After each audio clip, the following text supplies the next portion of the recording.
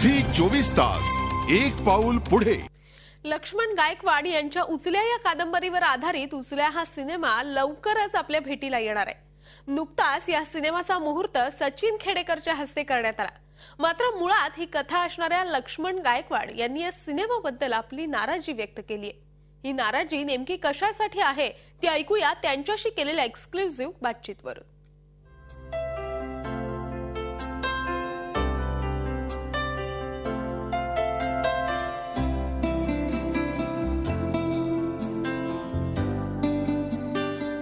ज्येष्ठ लेखक लक्ष्मण गायकवाड यांच्या उचल्या या कादंबरीवर आधारित लवकरच मराठीमध्ये एक सिनेमा बनतोय।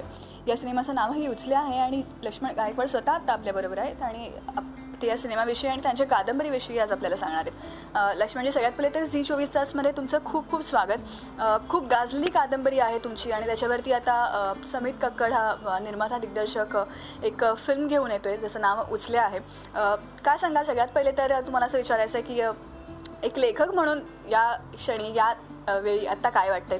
आज भारताच्या 18 भाषेमध्ये जवळपास हे पुस्तक आहे आणि मलाही वाटत होतं की कुणीतरी चांगला ह्याच्यावरती मराठी सिनेमा करावा, हिंदीमध्ये करावं।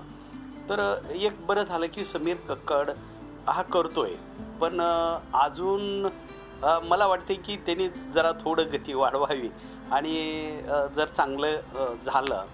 आणि कसं आहे, शेवटी मी एक दलित लेखक आहे, जो आशय आहे तो महत्त्वाचा आहे। डायरेक्टरला ते पकडता आला पाहिजे की उचल्या हे जे पुस्तक आहे ह्याला साहित्य अकादमीचा अवॉर्ड मिळाला, सार्क रायटर अवॉर्ड मिळाला।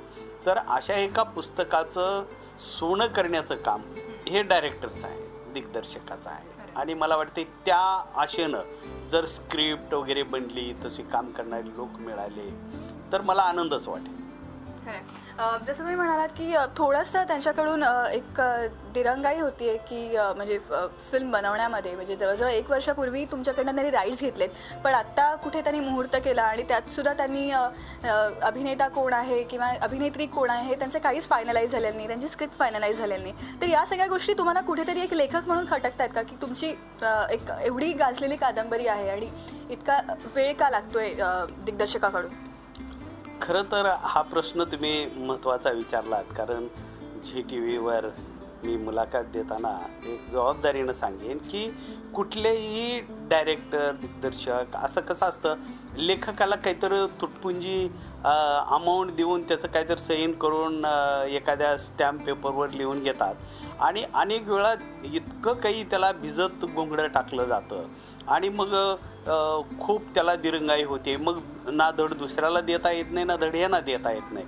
आता 1 वर्षाची मी त्यांना मुद्दाम मुदत ठेवली होती की 1 वर्षात तुम्ही स्क्रिप्ट लिहावा, चांगल्या पद्धतीनं तुम्ही तयार करावं। तरीसुद्धा माझ्यासारख्या लेखकाला असं हातगाईला येऊन नाही चालत, तरी मी त्यांना आणखीन 1-2-3 महिने वाट पाहेन, संधी देईन की अजून 1-2-3 महिने लागले ठीक आहे, पण तुम्ही किमान स्क्रिप्ट बनवा, हिरो हिरोईन ठरवा आणि निश्चित काहीतरी केवळ काहीतरी करावं। आता संपलेलं आहे ना, आपण काहीतरी केलं तर हे अजून अडकून राहतील असं नसतं। पण लोक चांगले आहेत। समीर कक्कडबद्दल मला एक ही आहे, अपेक्षा आहे की तरुण पोरगा आहे आणि चांगलं काम करेल अशी अपेक्षा आहे आणि त्या अपेक्षेनंच मी दिलं।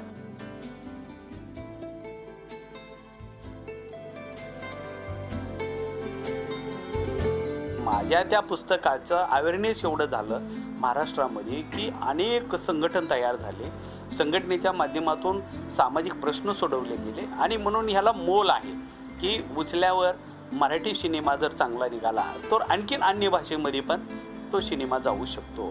आणि म्हणून मला होप्स आहेत, मला आशा आहे की चांगलं निघेल, पण त्यांनी लवकरात लवकर करावं, कारण केवळ बांधून ठेवून असं इतरासारखं त्यांनी काही करू नये एवढीच एक अपेक्षा राहील।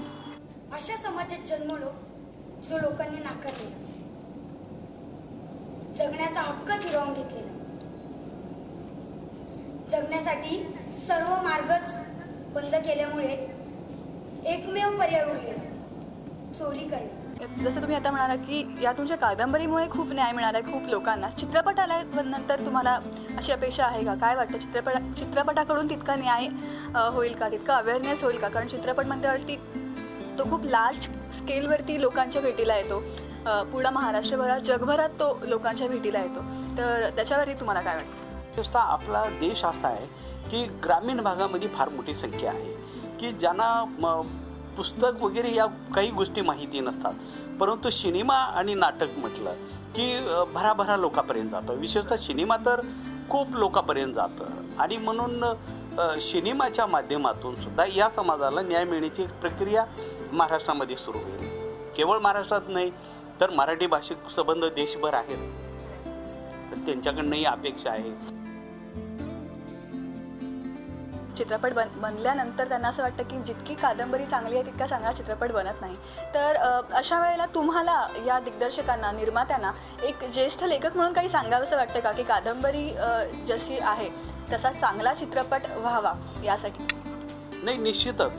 खरं तर लेखकांची, कुठल्याही लेखकांची हीच अपेक्षा असते की आपली कलाकृतीमध्ये निश्चित सिनेमा म्हटल्यानं तो थोडाफार फेरफार बदल होतो, परंतु त्याचा जो मूळ हेतू आहे त्या मूळ हेतूपासून बाजूला जाऊ नये. कारण त्याचा जो गाभा आहे तो गाभा कायम ठेवून त्याच्यामध्ये हास्य, विनोद असं काही आलं तर काही बिघडत नाही.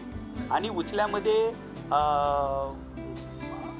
यापूर्वीच अनेक मसाला आहे हसण्यासारखा किंवा विनोदाचा, किंवा केवळ एक जात नाही तर मी एक सामाजिक कार्यकर्ता म्हणून मला आलेले अनेक अनुभव त्याच्यामध्ये आहेत. हे पारध्यांच्या समस्या आहेत, पारधी समाजाला कशा पद्धतीनं समोर जावं लागतं, निवडणुका काय असतात, या सर्व गोष्टी त्याच्यात आलेल्या आहेत. कारण 1984 साली मी लोकसभा निवडणूक लढवलेली, ती कशी असते तेही त्याच्यात वर्णन आहे.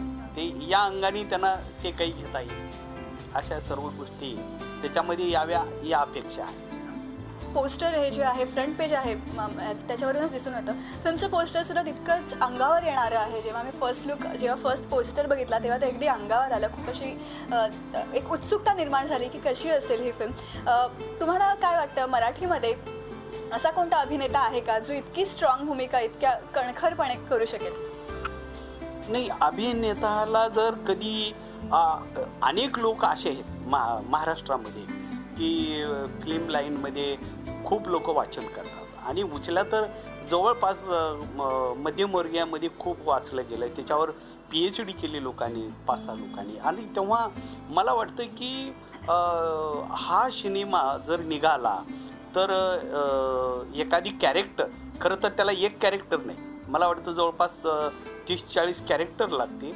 एवढंच आहे की त्याला सामाजिक सेन्स असणारा आणि चांगलं काम करणारे लोक आहेत. मराठीमध्ये अत्यंत उत्कृष्ट अभिनय करणारे कलाकार आहेत आणि मला अपेक्षा आहे. जाता जाता आमच्या प्रेक्षकांना काय सांगाल, तुमच्या कादंबरीविषयी थोडं सांगाल आणि प्लस या चित्रपटाकडून किती अपेक्षा आहेत आणि ओव्हरऑल सध्या काय वाटतंय, काय सांगा? जाती भेद, धर्म भेद हे सर्व सारून जर माणूस म्हणून एकमेकावर प्रेम करणं, आज जागतिकीकरण मध्ये सर्व देश मुठीमध्ये आलेला आहे, तेव्हा आपण सुद्धा त्याला समोर जाण्यासाठी आपल्यामधला न्यूनगंड, अंधश्रद्धा, रूढी, परंपरा, स्त्रियाविषयी पाहण्याचा दृष्टिकोन हे सर्व बदलण्याची समाजामध्ये गरज आहे. तरच एक निकोप असा समाज उदयाला येईल जो माणसावर प्रेम करणारा असेल.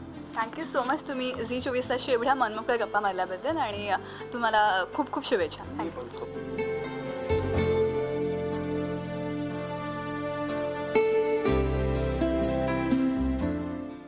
झी 24 तास, एक पाऊल पुढे.